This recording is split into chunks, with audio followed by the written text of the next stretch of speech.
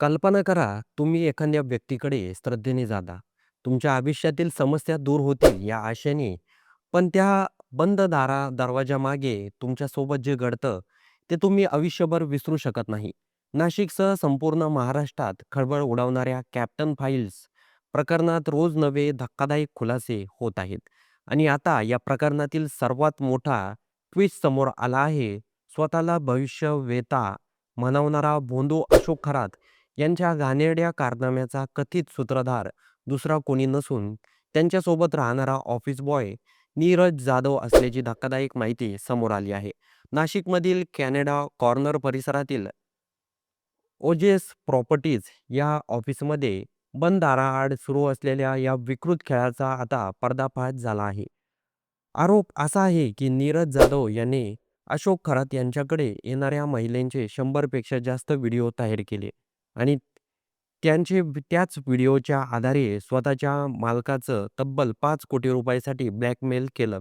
म्हणजे एकीकडं श्रद्धेच्या नावाखाली महिलांचं शोषण आणि दुसरीकडं त्या शोषणाच्या व्हिडिओ बनवून पैशांसाठी ब्लॅकमेल असा दुहेरी गुन्हा या प्रकरणात समोर येत आहे.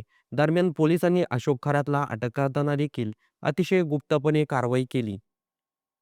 ही कारवाई इतकी गोपनीय होती, की या मोहिमेत सहभागी असलेल्या अनेक पोलीस कर्मचाऱ्यांना देखील शेवटपर्यंत आपण नेमकं कोणाला पकडण्यासाठी चाललो आहोत याची कल्पना नव्हती.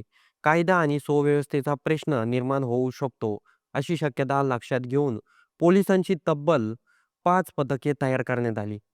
पोलिसांनी हातात लाठ्या, हेल्मेट आणि परिधान करून मोहीम सुरू केली आणि ज्या ठिकाणी कारवाई करायची होती, तेथे पोहोचल्यानंतर चोर शिरल्याचा बनाव करत सापळा रचण्यात आला आणि अचानक अशोक खरातला ताब्यात घेण्यात आलं. अटक करताना देखील बोंधू अशोक खरात याने पोलिसांना शाप दिल्याची माहिती समोर आली आहे.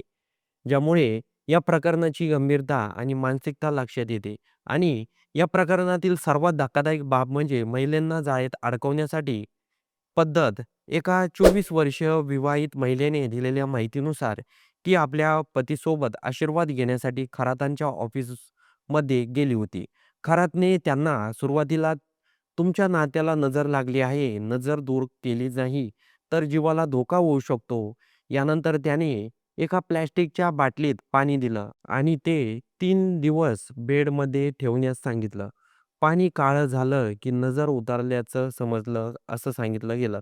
लोकांकडून बाबाबद्दल चांगल्या गोष्टी ऐकायला असल्यामुळे त्या जोडप्याचा देखील त्यांच्यावर विश्वास बसला.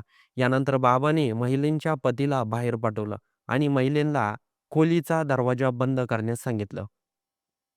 महिलेला तांब्याच्या भांड्यातून पाणी पिण्यास सांगितलं. त्या पाण्याची चव खारट आणि कडू होती. पाणी पिल्यानंतर महिलेला चक्कर येऊ लागली. त्यानंतर बाबाने महिलेला डोळे बंद करून मंत्र म्हणण्यास सांगितलं.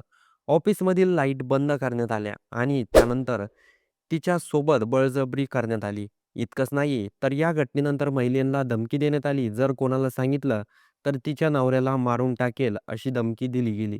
भीती आणि समाजातील विश्वासामुळे महिला अनेक वर्ष गप्प राहिली.